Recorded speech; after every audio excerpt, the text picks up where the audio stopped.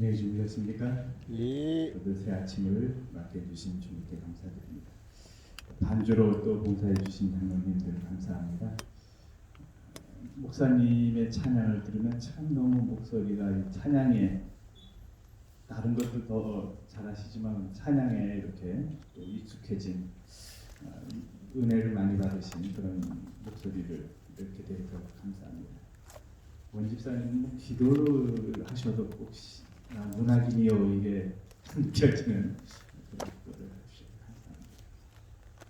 오늘 어제에 이어서 시험과 유혹이라는 주제로 함께 생각을 해보겠습니다.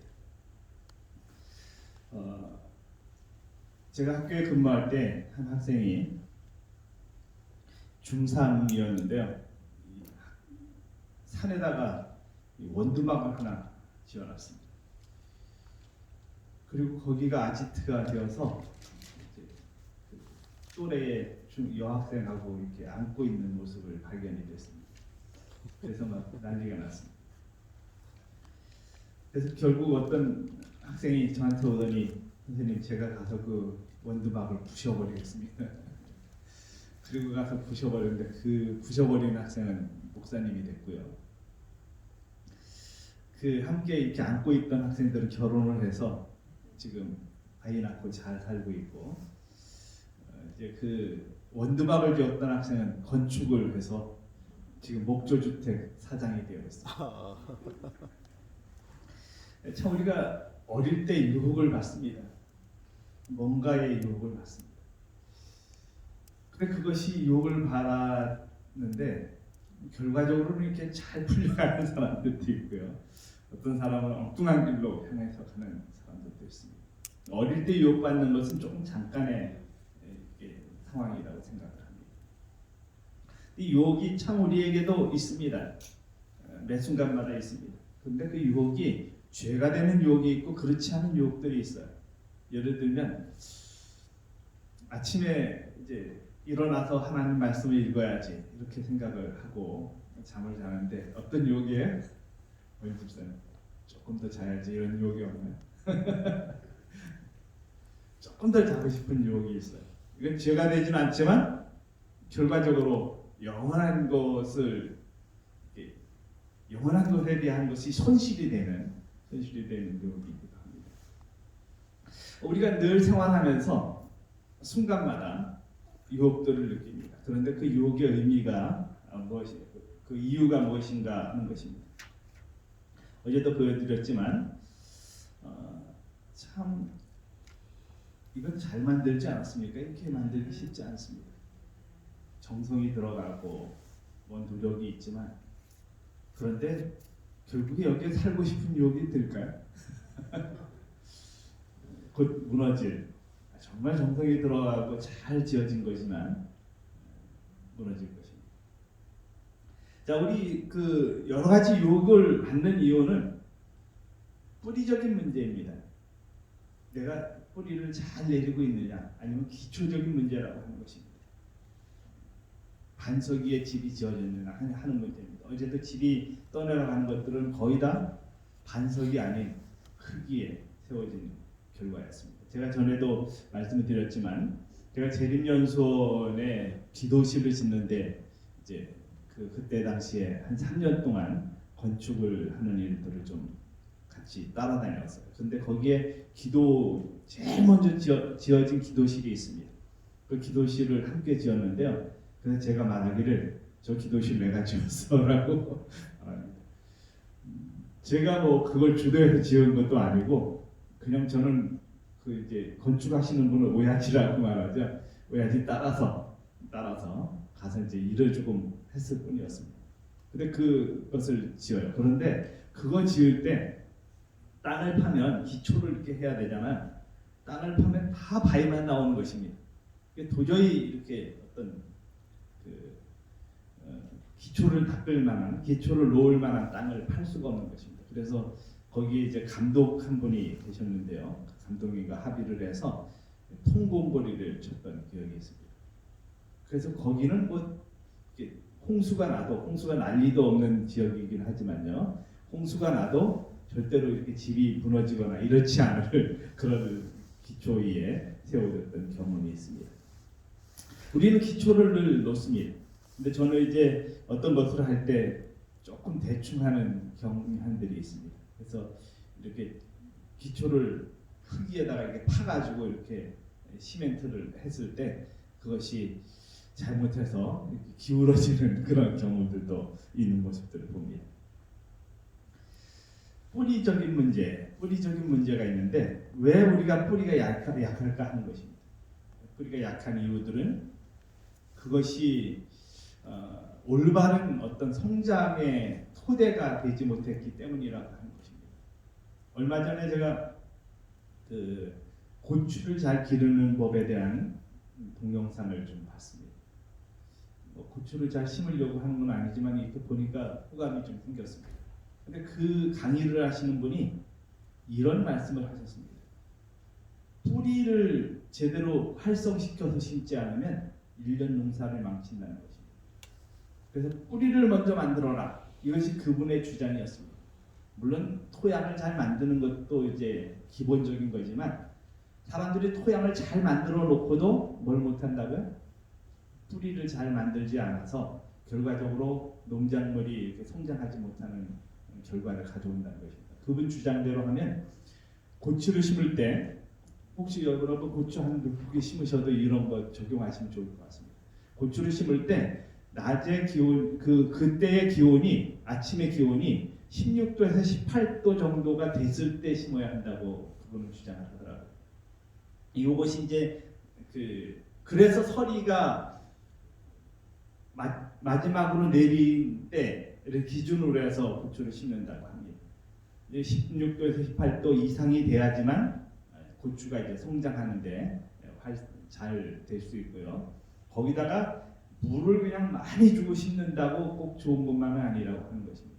어떤 분들은 이게 수박을 심어놓고 수박이 막 이렇게 조금 이제 처음 살릴 때는 이제 물을 좀 주지만 조금 지나서는 조금 이제 갈증을 느끼게 할 정도로 그렇게 하면 이게 뿌리를 깊이 내린다고 그래요. 그래서 말려 죽지만 안 되지만 너무 물을 막 계속 이렇게 풍족하게 주는 것은 뿌리를 내리는 데는 지장을 준다고 그래요. 그래서 적당히 이렇게 주는 것이 필요하다고 합니다. 그래서 우리는 너무 과하게 하는 것들이 때로는 지나친 결과를 가져오기도 합니다. 유혹도 마찬가지예요. 우리의 생활에서 자꾸 유혹을 받는 것들은 내가 조금 과하고 싶은 욕심 때문에 그렇습니다. 예를 들면 뭔가를 소유하고 싶은 욕심이 많으면 유혹을 받기 마련입니다. 그래서 조금 더 소유하고 싶고 조금 더 갖고 싶고 좋은 거 있으면 내 거를 삼고 싶고 하는 유혹입니다. 제일 큰 유혹 중에 하나는 자기 사랑의 유혹입니다. 내가 뭔가 잘하고 있다는 칭찬을 받을 때 우쭐하는 그런 유혹들도 있습니다. 저도 마찬가지입니다. 그래서 어떤 때는 뭘 잘한다 그러면 내가 정말 잘하는 줄 알고 이렇게 좀 생각하다가 이게 하나님께서 주신 건데 라는 생각으로 이렇게 바뀌려고 노력을 하는 때가 많습니다. 우리의 삶의 그런 유혹들은 뿌리적인 문제다 하는 것을 꼭 기억하면 좋겠습니다. 그래서 반석이신 예수님께 뿌리를 내려라. 그것이 우리의 말씀의 교훈이고요. 이런 것처럼 이 나무는 뭔가 이렇게 성장에 장애가 되는 요인들이 생겼습니다. 토질 때문인지 뭔지 모르지만 어떤 썩어가고 있는 상황 속에서 나무가 넘어진 것 같은 느낌을 받습니다. 공동 번역에 보면 마태복음 6장 13절의 말씀을 우리를 유혹에 빠지지 않게 하시고 이렇게 번역을 해놨습니다. 다른 거는 시험에 빠지지 않게, 시험에 들지 않게 이렇게 표현이 되어 있는데 이 공동 번역은 이렇게 카톨릭까지 같이 포함돼서 번역한 번역이 공동 번역이죠. 여기는 유혹에 빠지지 않게 하시고 또 카톨릭 성경에도 유혹에 빠지지 말게 하시고 뭐 이런 쪽으로 번역을 해놨습니다. 유혹에는 몇 가지 중요한 사실이 있습니다. 첫째는 이제 에덴 동산에서 유혹은 선악과 나무로 하와가 갔다는 것입니다. 누구를 떠나서요? 남편을 떠나서. 누군가 같이 있는 상황이 아닌 혼자 갔다는 것을 볼 수 있습니다.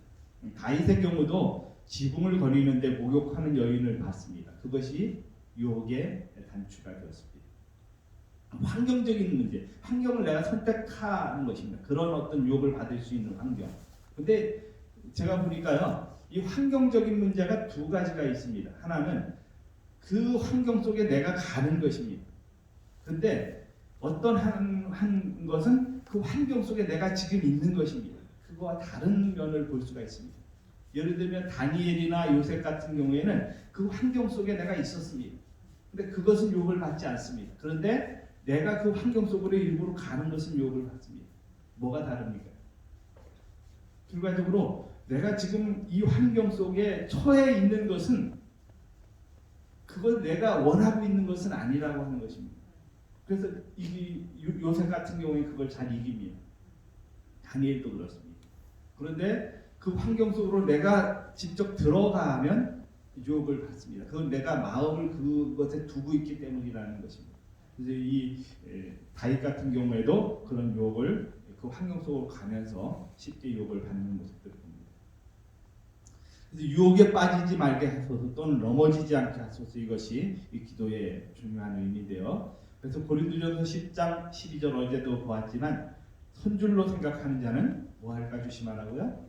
넘어질까 조심하라. 이것이 오늘 우리가 기억해야 할 중요한 말씀이라고 생각합니다. 자, 그런데 오늘 청년에게 보낸 기도를 제가 읽다가 이런 말씀을 봤습니다. 선을 행하는 기쁨은 마음에 생기를 주고 전신을 통하여 약동한다. 인자한 사람들의 얼굴은 기쁨으로 빛나며 그들의 표정에는 높은 도의심이 나타나고 있지만 이기적이요 인색한 사람들의 얼굴은 기운이 없고 낙담하고 침울해 보인다. 그들의 도덕적 결함이 그들의 표정에 나타난다. 이기심과 자기 사랑은 사람의 외모에 그 형상을 찍는다. 참 자기 사랑은 사람의 외모에다가 그 형상을 찍는다. 그리고 청지기 19쪽에 보면 자기 사랑과 탐욕을 그대로 두면 그리스도 안에서의 완전한 품성은 이루어질 수 없기 때문이다. 이기적인 것을 추구하는 데 몰두되어 마치 하나님이 계시지 않는 듯이 행동하는 세상 사람들은 불언간 갑작스런 멸망을 맛보게 될 것이며 피할 길을 찾지 못할 것이다. 오늘 내가 생활하는데요, 하나님이 계시지 않는 것처럼 생활할 때가 있습니까? 하나님이 계시지 않는 것처럼 그렇게 행동할 때가 있습니다. 사람이 보면 안 할 행동도 하나님이 계시고 사람이 보는 것처럼 그렇게 보고 계신데도 그때는 아무도 안 볼 때는 그 행동을 하는 것입니다. 저도 그럴 때가 많이 있는데요. 제일 많이 하는 게 이제 신호등입니다. 어디에서 신호등이냐면 수동에서 나갈 때 신호등에 저는 이제 제 생각입니다. 저 신호 체계를 좀 잘못해놔서 범법자를 듣는다 그렇게 생각을 합니다. 수동에서 나갈 때 신호가 필요 없는 때가 많이 있습니다. 정말 저기는 그냥 가끔 비보로 해놓으면 정말 이렇게 법에 저촉이 안 되는 그런 것인데 왜 저렇게 신호를 만들어놨을까 그런 생각을 합니다. 그건 제 생각입니다. 아무튼 그럴 때 유혹을 좀 받습니다. 어떤 때는 신호를 전혀 의식하지 않고 운전을 하다가 빨간불인데 그냥 지나갈 때도 있습니다. 그런 유혹들을 받을 때가 좀 있습니다. 그러나 이제 신의 안에서는 뭐 반드시 잘 이렇게 지킵니다. 누가 보지 않고 사람이 없고 어떤 목사님이 설교를 하실 때 전에 저희 그 원목실에 은퇴하신 목사님 한 분이 계시던 분은 이 신호에 사람이 없으면 그건 신호가 사람을 위해서 있는 거기 때문에 사람이 없으면 가도 법은 위반하는 게 아니라 이렇게 해석하는 분도 계셨습니다. 아무튼 그것은 이제 각자의 어떤 신앙의 원칙이 있습니다. 그 원칙에서 이렇게 위배되지 않게 생활하는 그거는 아니다. 이게 자기에 따라서 결론을 내리는 경우들을 봅니다. 얘기가 나왔으니까요. 어떤 경우에 이제 그리스도인들이 정결한 짐승과 그렇지 않은 짐승을 구별을 합니다. 근데 이제 오리를 두고 이게 정결한 거냐 불결한 거냐 이렇게 따져서 먹어도 된다 안 먹어도 된다 감론이 많습니다. 근데 제가 볼 때는 그걸 먹어도 되고 안 먹어도 되고를 떠나서 그걸 먹고 싶은 사람은 자꾸 이렇게 먹어도 된다 쪽으로 가는 것이고요. 그거에 관심이 없으면 아예 뭐 그것이 상관하는 모습을 봅니다. 결과적으로 뭐 그게 중요하고 그런 걸 지금 떠나서 우리가 어떤 것을 자꾸 이렇게 유혹을 받는 것은 내가 그거를 더 하고 싶으냐 안 하고 싶으냐 그런 차이점이라고 하는 사실을 느끼게 합니다. 유혹은 마찬가지로 우리의 생활에서 그런 것들로 찾아오는데요. 복음전도 26쪽에 보면 사단은 명상의 시간조차 갖지 못하는 인간을 유도하여 먹고 마시는 일련의 환락과 쾌락의 추구에 빠지게 한다. 사단은 인간에게 자기를 높여 전시효과를 바라는 야심을 가득 채워준다. 이기적인 것을 추구하는 데 몰두되어 마치 하나님이 계시지 않은 듯이 행동한 사람들은, 이건 아까 조금 전에 나왔던 거죠. 불언간의 갑작스러운 멸망을 맛보게 될 것이며 피한 길을 찾지 못할 것이다. 인간은 사단은 자꾸 우리를 이렇게 높여서 전시효과를 바라는 야심을 가득 채워주는 것입니다. 그래서 너 잘한다. 그래서 그 잘한다고 하는 것이 우쭐대게 마음을 만들어주게 자꾸 만들어줍니다. 근데 그것들이 어떤 결과 때문에 오느냐면 조용히 명상이 아니라 이게 묵상이라고 표현할 수가 있겠습니다. 묵상의 시간을 이렇게 갖지 못하게 하는 유도 때문에 그런 결과들을 가져올 수도 있다는 것입니다.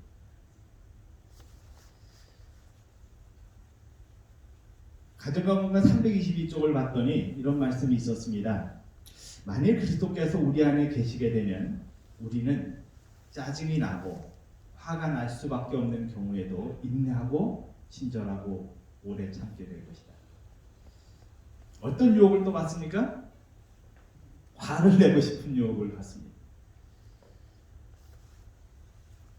제가 며칠 전에 우리 집에 애완견이 한 마리가 있습니다. 이 녀석이 이렇게 있으면 막 장난을 제가 지금 칩니다.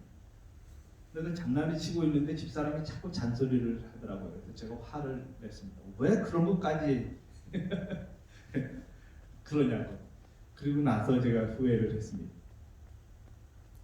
때로는 어떤 것들을 하면서 이게 자꾸 어떤 간단한 일에서 내 마음처럼 안 될 때 화를 내는 모습을 봅니다. 내가 그냥 그 애완견하고 장난치고 있는데 왜 자꾸 잔소리를 하냐 이것입니다. 제 마음은. 그런데 그렇게 화를 내야 될 상황이 아닌데 바로 화를 내고 있는 모습을 봅니다. 그렇게 인간 약한 것이 저의 모습이라고 생각을 합니다. 그렇게 어떤 유혹들을 받으면서 또 지나고 나면 뭐 하고 있습니까? 그렇게 하지 말았어야 하는데 그렇게 하는 것입니다. 우리가 늘 경험하는 것입니다. 매 순간마다 그런 경험을 합니다. 또 안 해야 될 것을 했다. 근데 제일 많이 하는 것이 화를 내고 싶은 그런 유혹을 받는 것입니다.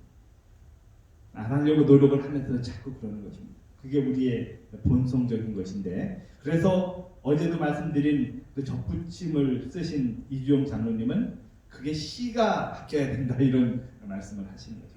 이 말씀적인 면에서도 그게 옳다고 생각을 합니다. 거듭나라고 하는 의미가 바로 그런 것이라고 생각합니다.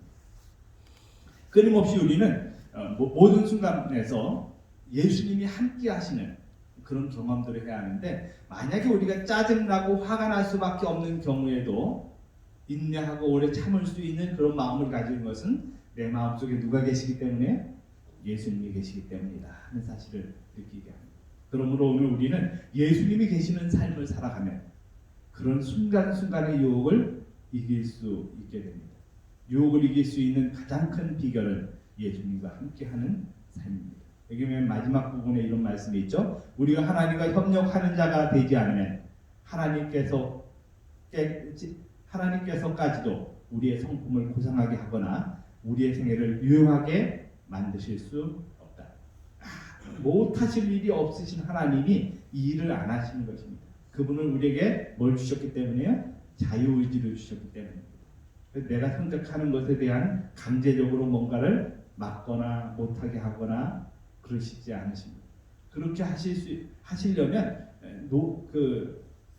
하와가 선악과 따먹는 것을 막으실 수도 있으셨습니다. 하지 말아라 이렇게 명령하시거나 못하게 할 수 있는, 그렇게 하실 수 있는데, 그것은 우리가 선택할 수 있는 자유 선택의 의지를 하나님께서 우리에게 주셨기 때문에 그렇습니다. 오늘 우리가 하나님과 협력하는 그런 사람이 되라고 끊임없이 교훈 주시고 계십니다.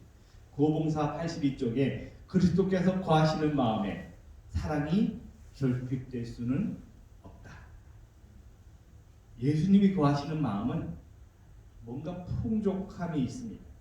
그래서 화를 낼 수 있는 상황에서도 화를 안 내게 하고요. 누군가 도와줘야 할 상황에 나를 생각하지 않고 그 사람을 도와주는 마음으로 이렇게 바뀌게 됩니다. 예수님이 그런 생활을 사셨고 우리도 그분을 닮아가면, 그분이 너무 그분을 사랑하는 마음이 크면 그렇게 생활하게 되는 모습들을 봅니다. 그래서 어떤 봉사하는 것이 그냥 이거 의무적인 것이 아니라 자연스럽게 그 일이 이루어지는 모습들을 보게 됩니다. 우리가 이제 어떤 곳에, 저는 이런 생각을 합니다. 제가 은퇴가 이제 4년 7개월이 남았습니다. 조금 있으면 은퇴를 합니다. 조금 있으면 저 못 보실지도 모르겠습니다.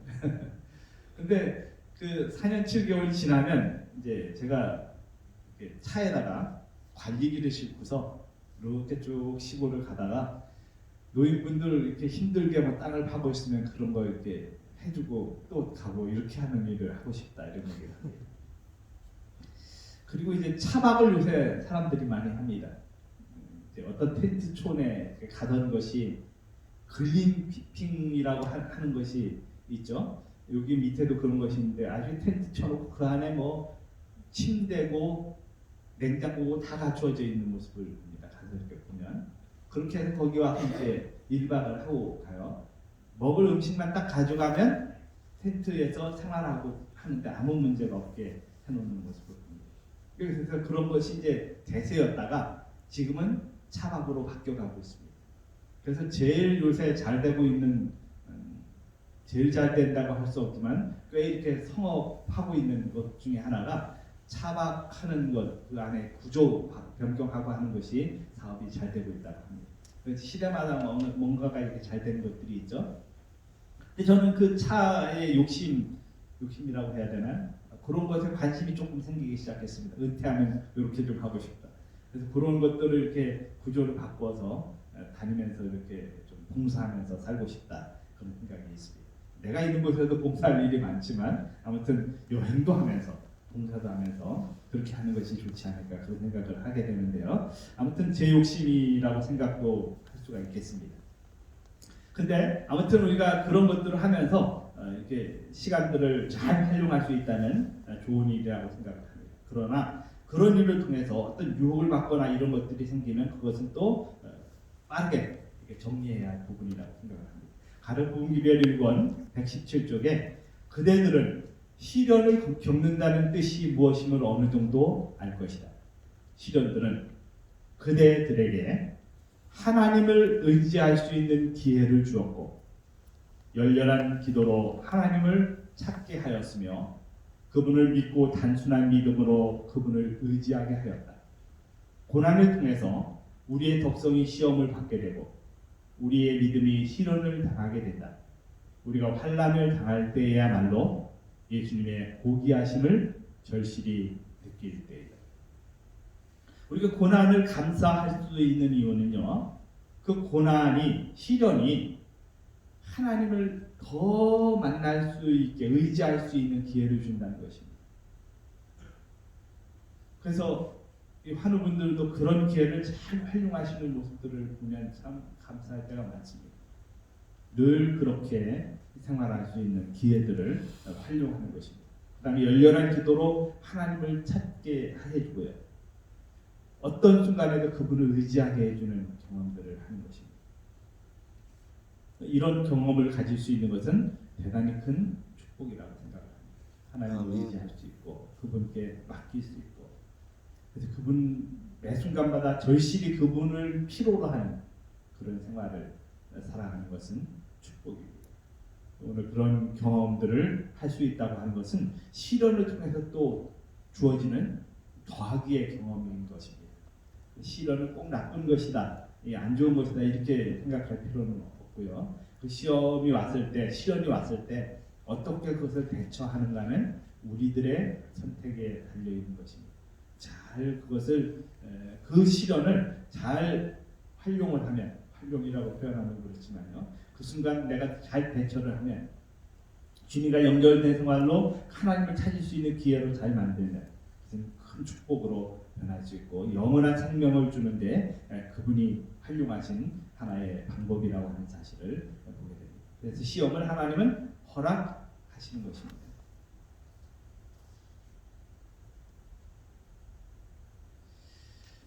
교회증언 5권 475쪽에 이런 말씀이 있습니다. 마음의 온유와 겸손은 힘과 승리를 얻는 조건들이다. 성실한 자들, 기도하고 있는 자들은 말하자면 하나님 안에 감싸여 있다. 사단은 자꾸 우리를, 그 다음 말씀 보면 사단은 자꾸 우리를 파멸시키려고 합니다. 그래서 어떤 유혹이든지 가져다 주려고 합니다. 그런데 하나님의 백성은 어떻게 있다고요? 하나님 안에 감싸여 있다고. 보호막이 쳐져 있는 것입니다. 임대가 물건을 받으면 이렇게 중요한 물건들은 뽁뽁이라고 하나요? 거기에 이렇게 싸져가지고 택배가 배달이 됩니다. 그럼 어떤 충격도 그게 대신 받아줘서 그것이 보호가 되어져서 오는 모습들을 봅니다. 그걸 보면서 하나님 안에 우리가 쌓여 있으면 이런 경험이 아닌가 생각을 해봅니다. 그래서 여기 하나님 안에 뭐라고 표현되어 있어요? 감싸여 있다. 우리가 그렇게 그런 경험을 자주 할 수 있다고 하는 것 참 감사한 일이라고 생각합니다. 시간이 많이 흘렀기 때문에 말씀을 정리하면서요, 오늘 우리가 맨 마지막 말씀에 유혹자의 관계에서 영원히 안전해진다. 예수님 안에 있을 때 가능한 일입니다.